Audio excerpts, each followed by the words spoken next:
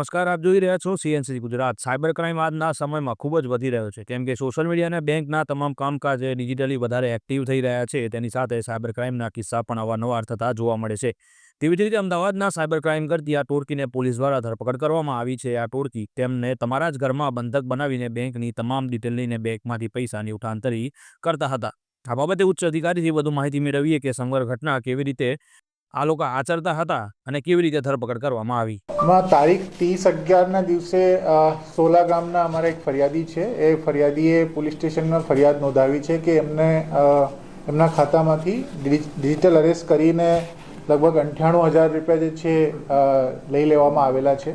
એમની પાસેથી એક અનનોન નંબરથી ફોન આવેલો હતું, જે ફોનમાં મુંબઈ ક્રાઇમ બ્રાન્ચના અધિકારી તરીકે ઓળખ આપી અને એમના ઉપર મની લોન્ડરિંગનું કેસ થયેલું છે એ બાબતની એમને સમજ કરવામાં આવી ને પછી એના આધારે એના વિરુદ્ધમાં કાર્યવાહી કરવામાં આવશે અને એને ડિજિટલ અરેસ્ટ કરવામાં આવ્યું છે. આ પ્રકારે ડરાવ્યું અને સાથે સાથે જે ફરિયાદી છે એ ફરિયાદીને આમ પણ કહેવામાં આવ્યું કે આપને અગર ડિજિટલ અરેસ્ટમાંથી નીકળવું હોય તો અમે આપને વકીલની સેવાઓ પૂરી પાડી દઈશું. એટલે ઓનલાઈન જ વકીલ કરાવી એમના પાસેથી બેંકની અકાઉન્ટ ડિટેલ મેળવીને એમના અકાઉન્ટમાં જે નાણાં હતા લગભગ 98,000 એ એમનાથી લઈ લેવામાં આવેલા હતા. એમને જ્યારે સમજ પડી ત્યારે એને પોલીસ સ્ટેશનમાં ફરિયાદ નોંધાવી. સોલા પોલીસ સ્ટેશને એમાં ફરિયાદની આગળ તપાસ કરતા એમાં 4 આરોપીઓ જે છે એમની ઓળખ કરીને એમને અરેસ્ટ કરવામાં આવેલા છે. 4 આરોપીઓ જૂનાગઢથી બિલોંગ કરે છે. બેસિકલી આ જે આખો એમઓ છે આ એમઓ એની અંદરથી સ્પષ્ટ થયું છે. જે લોકો અત્યારે પકડાયા છે એમાંથી 2 લોકો જે છે પોતાના અકાઉન્ટ ભાડે આપનાર વ્યક્તિઓ છે, જેમાં એકનું નામ તનવીર નામ છે, બીજાનું સાહિલ નામ છે. આ વ્યક્તિઓ પોતાના બેંક અકાઉન્ટ ખોલી અને મહિને 5,000 10,000ના આધારે પોતાના બેંક અકાઉન્ટની ડિટેલ જેમીનગીરી કરીને એક માણસ છે એમને આપી દેતો હતો ને જેમીન જે છે એ આગળ પ્રિન્સને આપી દેતો હતો. આ બધા લોકો આ જ જે કાવતરું કરવામાં જોડાયેલા છે. પ્રિન્સ જે છે આ આખા કેસની અંદર અત્યાર સુધીમાં માસ્ટર માઇન્ડ તરીકે સામે આવેલું છે. આની જે ભૂમિકા છે એ બેંક અકાઉન્ટની અંદર પૈસા નખાવી આ પૈસાથી યુએસડીટી એટલે કે યુએસ ડોલર ખરીદી અને જે વ્યક્તિઓ સામેથી એમને સાથે છેતરવાનું કામ કરતા હોય એમના અકાઉન્ટમાં મોટા અમાઉન્ટ જે છે, ધારો કે યુએસડીટીની રેટ 80-90 રૂપિયા ચાલતી હોય તો એની સામે એમને 105-110 રૂપિયામાં વેચીને પોતાનું લાભ ઉપરથી મેળવી અને સામે જે લોકોના અકાઉન્ટ લીઝ ઉપર લીધેલા છે એમને થોડા ઘણા પૈસા ટ્રાન્સફર કરી, જે એજન્ટ વચ્ચે રહેલું હોય એમને થોડાક પૈસા આપી અને આ પ્રકારે લગાતાર આ કાર્યવાહી કરતા હતા. અમે જે 1930 આપણી રાષ્ટ્રીય સાયબર ક્રાઇમ હેલ્પલાઇન છે એના ઉપરથી જે ડિટેલ્સ કાઢી છે એમાં એવા 14 અકાઉન્ટ એમની પાસેથી ડિટેલ્સ મળી છે, જેમાં લગભગ 54 ટિકટ્સ એટલે કે આખા રાજ્ય અને આખા દેશમાંથી 54 ફરિયાદીઓએ 1930નો સંપર્ક કર્યો હોય ને પોતાની સાથે છેતરપિંડી થયેલી હોય એ બાબતની 1930 ઉપર ફરિયાદ નોંધાવી છે.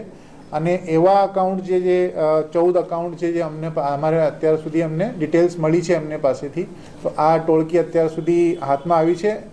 એમની આગળની જે તપાસ છે જેમાં જેની પાસે આ યુએસડીટી ટ્રાન્સફર થયેલા છે, પછી આગળ કોને સ્કાઇપ ઉપર કોલ કરેલું હતું, અનનોન નંબર જે હતું જે ચાઇનીઝ નંબર ધરાવતું +44 નંબર હતું એ પોતે પણ +44 નંબર વાપરે છે. આ બધી તપાસ જે છે એ તપાસના આગળના વિષયમાં આવશે.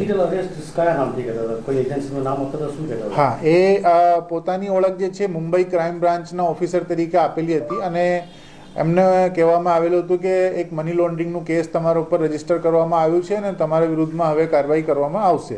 એટલે આ પ્રકારે બેવડાવીને પછી એમને કહેવામાં આવ્યું કે તમને ડિજિટલી અરેસ્ટ કરવામાં આવ્યા છે અને તમને એમાંથી છૂટવું હોય તો તમને વકીલની સેવાઓ લેવી પડશે. તો એ વકીલ પણ ઓનલાઈન જ એમને હાયર કરાવી આપ્યા હતા. તો એ સ્કાઇપથી જોડાઈને પછી એમના સાથે અકાઉન્ટની ડિટેલ શેર કરીને પછી એમના પૈસા ત્યાંથી ટ્રાન્સફર કરાવવામાં આવેલા હતા. 4 આરોપીઓ 5 આરોપીઓ જેટલા જે આવ્યા છે એ લોકોનું બેકગ્રાઉન્ડ શું છે, ક્યાંના રહેવાસી છે અને કેવી એ લોકોની ભૂમિકા આખા કેસમાં હતી? બેસિકલી બધા યંગસ્ટર્સ છે. એમાંથી 2 લોકો છે પોતે તો રિક્ષા ચલાવે છે. એમના તો પોતાના બેંક અકાઉન્ટ જે છે ક્યાં કઈ રીતે વપરાઈ રહ્યા છે એ લોકોને પોતે વધુ પડતી કંઈ ખબર પડતી નથી. પરંતુ પ્રિન્સ અને જે જેમીન છે એ લોકો મોટા ભાગે એમાં રોલ ભજવી રહ્યા છે. અને આવા જે લોકો હોય, જે લોકોના બેંક એકાઉન્ટ ડિફંડ જેવા બેંક એકાઉન્ટ છે, બેંક એકાઉન્ટ હાયર કરીને એમને મહિને 5,000 10,000 રૂપિયા આપી દેતા હોય ને આ ભાડે રાખેલા અકાઉન્ટ છે એની અંદર જ બધું ટ્રાન્ઝેક્શન થતું હોય, એમાંથી જે વધારાના USDTના પૈસા આવે એ પૈસા પોતાની પાસે રાખીને પછી આ જે કાવતરું છે લગાતાર ચલાવી રાખવામાં મદદગારી કરી રહ્યા હતા. સાહેબ, ફરિયાદીને કેટલા સમય માટે ડિજિટલ અરેસ્ટ કરવામાં આવે? કલાકો, દિવસ, એવી કોઈ નહીં, આ તાત્કાલિક જ થઈ ગયું ટૂંકમાં કે જ્યારે એમની પાસે ફોન આવ્યું, ફરિયાદીએ થોડીક ગેરસમજમાં આ લોકોની વાત ઉપર વિશ્વાસ કરી લીધું અને તાત્કાલિક ધોરણે જે છે એમની સાથે કલાકમાં જ આખું કાર્યક્રમ પૂરું થઈ ગયું. આમાં ફરિયાદીની સાથે સાથે આપને મારફતે પણ અમે વારંવાર રિક્વેસ્ટ પણ કરીએ છીએ કે આવા કોઈ પણ પ્રકારના ડિજિટલ અરેસ્ટના કેસીસમાં પબ્લિકને જાગૃતિ કરવા સારું આપને મારફતે રિક્વેસ્ટ કરીએ છીએ કે પોલીસ ક્યારેક પણ ડિજિટલ અરેસ્ટ કરતી નથી અને આ પ્રકારનો કોઈ બનાવ બનતો હોય તો તાત્કાલિક લોકલ પોલીસ સ્ટેશનમાં આપને જાણ કરવાની વિનંતી છે.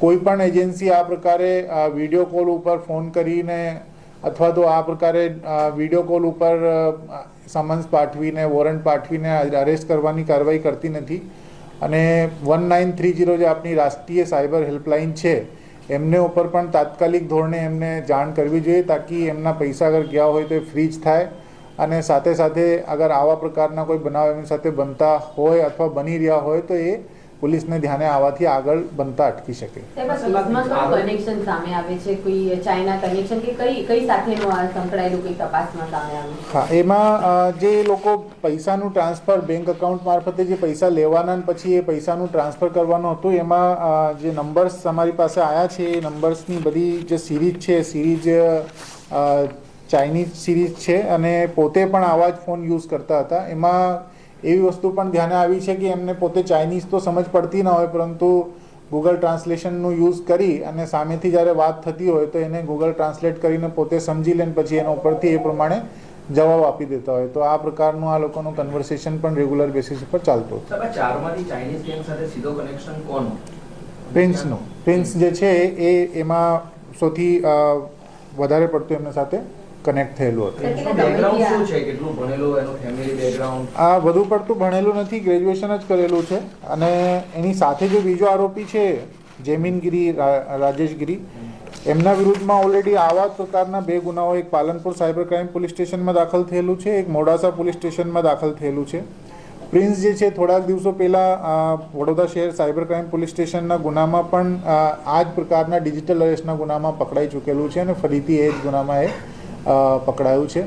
એમને અમે રિમાન્ડ પણ લીધા હતા. રિમાન્ડની દરમિયાન પણ ઘણી બધી વિગતો સામે આવી છે ને હવે જે કન્સર્ન એજન્સી છે એમની પાસેથી પત્ર વ્યવહાર કરીને વધારાની વિગતો અમે મેળવીને આગળ તપાસ કરીશું. કેટલા સમયથી આ ડિજિટલ અરેસ્ટના સાથે જોડાયેલો છે એવું કંઈ જાણવા મળી? લગભગ 2 થી 3 વર્ષ જેટલું ટાઈમ થયું અને મોટાભાગના જે માણસો હોય જેમને પોતે અકાઉન્ટ ઓપરેટ કરતા નહીં આવડતું હોય એમનો આખો જે કિટ છે અકાઉન્ટનું કિટ એ પોતાની પાસે રાખીને પછી એને ઓપરેટ કરવાની આખી કાર્યપ્રણાલી એમને જ કરેલી છે. આ કેસ 3 વર્ષ દરમિયાનમાં 3 કેસ એની પર ગુજરાતની અંદર થયા છે. નહીં, આ જે કેસ ડિટેક્ટ થયા છે 2-2.5 વર્ષથી આ આખી પ્રોસેસ કરતો હતો પરંતુ અમે જે આપને કીધું ને કે 14 અકાઉન્ટ્સ અને 54 ફરિયાદો, એટલે 54 ફરિયાદો જે થયેલી છે એમાં ખાલી ગુજરાતની નથી, આમાં આખા દેશમાંથી અલગ અલગ ફરિયાદીઓને જે બહાર બેસેલા લોકોએ ડિજિટલ અરેસ્ટ કર્યા હોય એ લોકોની ફરિયાદો છે.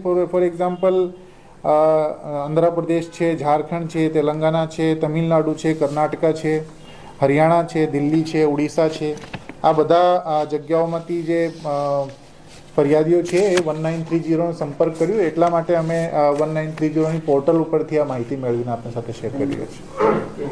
1 જ કલાકમાં ડિજિટલ અરેસ્ટ બનાવીને બેંક એકાઉન્ટ ખાલી કરવાના કેસમાં સોલા પોલીસે સાહિલ, તનવીર જૈનીમ અને પ્રિન્સ નામના 4 આરોપીઓની ધરપકડ કરી છે, જે તમામ જૂનાગઢના રહેવાસી છે. જેમાંથી સાહિલ અને તનવીર રિક્ષા ચાલક છે અને 5 થી 10 હજારમાં તેમણે બેંક એકાઉન્ટ ભાડે આપતા હતા, જ્યારે આ પ્રિન્સ છે તે આ કેસનો માસ્ટર માઇન્ડ છે. પ્રિન્સ બેંક ખાતામાં પૈસા નખાવીને તેનાથી ડોલર ખરીદીને ઊંચા ભાવમાં ડોલર વેચીને એકાઉન્ટ ભાડે આપનારા લોકો અને વચેટિયાઓને પૈસા આપતો હતો. આ ટોળકીએ અમદાવાદના ફરિયાદીને ફોન કરીને મુંબઈ ક્રાઇમ બ્રાન્ચની ઓળખ આપી અને મની લોન્ડરિંગનો કેસ થયો હોવાનું જણાવીને આ કેસ માટેના વકીલની પણ વ્યવસ્થા કરી આપી હતી અને વકીલ કરાવીને બેંકની વિગતો મેળવીને બેંકમાં રહેલા 98,000 લઈ લીધા હતા. અને પોલીસની તપાસમાં સામે આવ્યું છે કે આ દેશભરમાંથી આ ટોળકીએ 54 ફરિયાદીઓ સાથે થયેલી છેતરપિંડીમાં વપરાયેલા 14 એકાઉન્ટ છે તે આ આરોપીઓ પાસે મળ્યા છે. હવે આ મામલે પોલીસ ઊંડાણપૂર્વક તપાસ હાથ ધરશે અને આ લોકોએ કેટલા લોકો સાથે છેતરપિંડી કરી છે તેનો ખુલાસો પણ થશે. વધુ સમાચારો સાથે ફરી મળીશું. ત્યાં સુધી નવજીવન ન્યૂઝ સાથે જોડાયેલા રહેજો. વૈષ્ણવજન તો તેને કહીએ જે પીડ પરાઈ જાનાને રે. Bureau chief CNCC Gujarat, Patan.